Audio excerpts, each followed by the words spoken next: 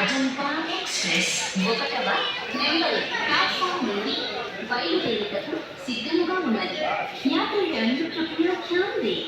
गाड़ी संख्या 1 7 0 6 3 मनमाड से सिकंदराबाद तक जाने वाली अजंता एक्सप्रेस प्लेटफॉर्म क्रमांक 1 से रवाना होने को तैयार है.